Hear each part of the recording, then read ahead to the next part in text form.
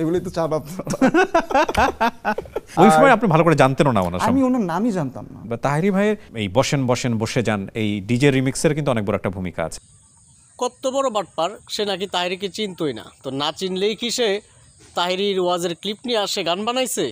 তো এটা কি আসলে কি বিশ্বাসযোগ্য? বলি ছোটটা বলি, যেমন আমি একটা গান বানিয়েছিলাম বসেন বসেন বসেন বসেন তাহেরি ভাই। হ্যাঁ, তো গানটা মানুষজন খুব পছন্দ করছে। ইভেন গানটা যখন আমি ছাড়ি, যতদিন পর্যন্ত উনি মানে আমাকে নিয়ে কমেন্ট করে নেয়, ইভেন আমি তার নামটাও জানতাম না। ঠিক আছে, আমি জাস্ট জানি যে একটা হুজুর ওনার ওয়াজে বসেন বসেন বলছে।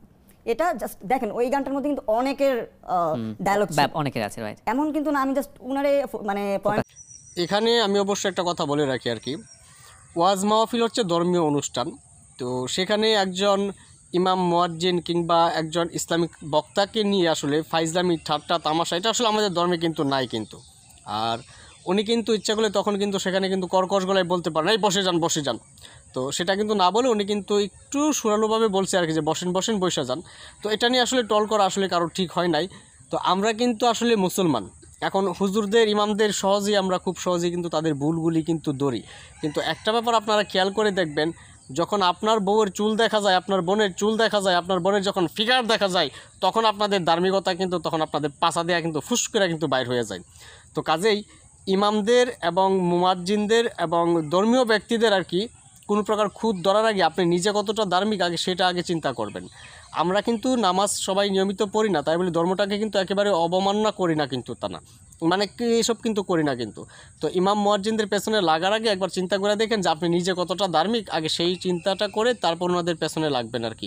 অথচ ধর্মের বুলি সাধারণ মুখে আপনারা কতই আওলান আর কি, কমেন্টে গিয়ে আওলান, সোশ্যাল মিডিয়াতে আওলান, কত কিছু ট্রল করেন, কত বাজেভাবে মানুষকে অপমান করেন। শুনেন, আপনি যখন এখন মারা যাবেন মুসলমান হয়ে, একটু পরে যখন আপনাকে জানাজা দিতে আসবে ওই সব ইমাম মুয়াজ্জিন আর ওই মুসলিম ব্যক্তিরাই আসবে ওখানে, অন্য কেউ যাবে না আপনাকে গোসল করাতে, আপনার দাফনের জন্য, আপনার কাফনের জন্য, আপনার জানাজার জন্য অন্য কেউ কিন্তু যাবে না কিন্তু। আমার এইচএসসি রেজাল্টটা দেয়, দেন প্রথমে ফেল আসে।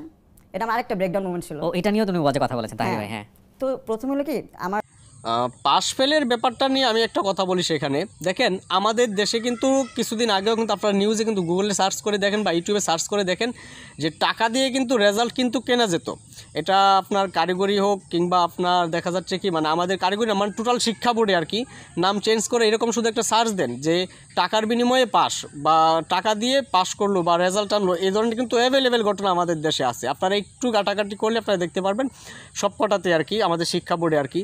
তো প্রত্যহিরণের একটা সাবজেক্ট নাকি ফেল আসলো সেখানে আর কি, এবং বাংলাদেশে কিন্তু টাকা দিয়ে পাশ করাটা কিন্তু আসলে অস্বাভাবিক কিছু না আর কি। যার যে একটা সাবজেক্ট ফেল করছে ওই বোর্ড চ্যালেঞ্জ করার পর প্রত্যহিরণের বাবার কিন্তু অনেক পথ ঘাটছে না, তাদের কিন্তু অনেক পথঘাট কিন্তু চেনা। আবার তারা তো যেহেতু ইনফ্লুয়েন্সার, অনেক পরিচিত একটা মুখ থাকে যে আচ্ছা আমার একটা রেজাল্ট একটা সাবজেক্টে মুখ হয়েছে, এটা একটু ব্যবস্থা করে দেন। টাকা দিলে কিন্তু এরকমটা হয়। আমিও কিন্তু এই ধরনের সন্দেহটাই করছি যে সম্ভবত এটা টাকা দিয়ে সম্ভবত এই কাজটা করছে আর কি। তো কারণ বোর্ড চ্যালেঞ্জ করলো, তারপর সেই টাকা দিয়ে এটা ইয়ে করলো, তো এটা আর কি, এটা আমার কাছে একটা এরকমটাই মনে হয়। যাই হোক, আমার ধারণা মিথ্যে হলেই মঙ্গল, কেননা সে তার নিজের যোগ্যতায় পাশ করলেই বেটার। তো আমার কাছে এরকমটা মনে হয়। আমাদের দেশে কিন্তু টাকা দিয়ে পাশ করাটা কিন্তু আসলে এটা অস্বাভাবিক কিছু একটা না আর কি। তো আসলে কি তাহেরি সাহেবের মর্যাদাতে আছেন, উনি ওনার জায়গাতে আছেন, এবং তাহেরি সাহেব যেভাবে আছেন সেভাবেই কিন্তু উনি কিন্তু ভালো আছেন কিন্তু। তো তাহেরি সাহেবকে নিয়ে আসলে ট্রল না করলেও চলে।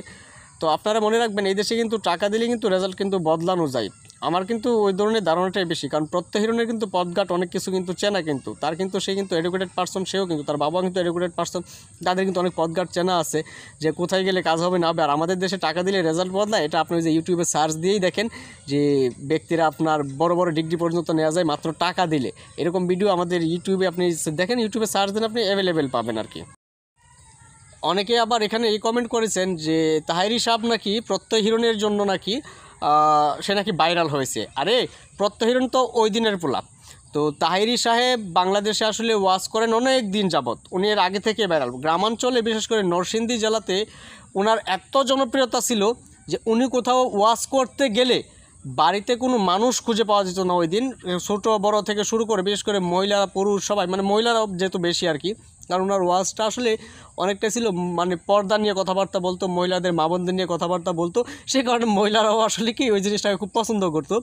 তো এই রেকর্ডটা কিন্তু ওনার কিন্তু এটা একটা বিরল, যে যেদিন তাহিরি সাহেবের ওয়াজ হতো, বিশেষ করে কি নরসিংদী, রায়পুরা বা ভৈরব, ব্রাহ্মণবাড়িয়াতে আশেপাশের কোনো মহিলাদেরকে মানে ওই বাড়ির এলাকার আশেপাশের যত এলাকা আছে আশেপাশের 5-6 গ্রামের কোনো মানুষ সেদিন তেমন একটা বাড়িতে পাওয়া যেত না, বরং ওই ওয়াজে সবাই চলে যেত। তো উনি আসলে সুন্নি তরিকার মানুষ বলে ওনার আসলে হ্যাটার্সও একটু বেশি ছিল। তো আসলে এক এক তরিকার এক এক রকমটা সিস্টেম, সব তরিকার কিন্তু ধর্মীয় দলিল আছে যে তার পক্ষে সেটা জায়েজ, তার পক্ষে সেটা জায়েজ, তার পক্ষে সেটা না জায়েজ, তার পক্ষে সেটা না জায়েজ। তো আসলে এত দলিল তো আমরা ঘাটাঘাটি করতে পারি না, তবে সবাই কিন্তু দলিল কিন্তু দাখিল করে। তো এখানে আমি বলবো যে প্রত্যয় হিরণ তাহিরিকে ভাইরাল হওয়ার পেছনে প্রত্যয় হিরণের কোনো ভূমিকা কিচ্ছু নাই, বরং তাহিরিকে ব্যবহার করে প্রত্যয় হিরণ নিজে ভাইরাল হয়েছে, ট্রেন্ডে উঠছে এবং জনপ্রিয়তা আর একটু বাড়াইছে আর কি, তাহিরিকে আর কি পুঁজি করে আর কি। তো তাহিরি সাহেব আসলে উনি আসলে উনাকে ব্যবহার করে প্রত্যয় হিরণ উপরে উঠছে, কিন্তু তাহিরি সাহেব প্রত্যয় হিরণকে ব্যবহার করে উপরে উঠে নাই, এটা কিন্তু একটা চিরন্তন সত্যি কথা। আর যারা এই ব্যাপারে আপনারা ডাউট থাকবেন তারা নরসিংদী, ভৈরব, ব্রাহ্মণবাড়িয়াতে এসে খোঁজখবর নিয়ে যান, কিংবা তার আগের ওয়াজগুলো দেখেন সে কতটা ছিল তার ব্যাপারে জানেন, তারপরেই টের পাবেন আর কি যে প্রত্যয় হিরণ কী আর কি।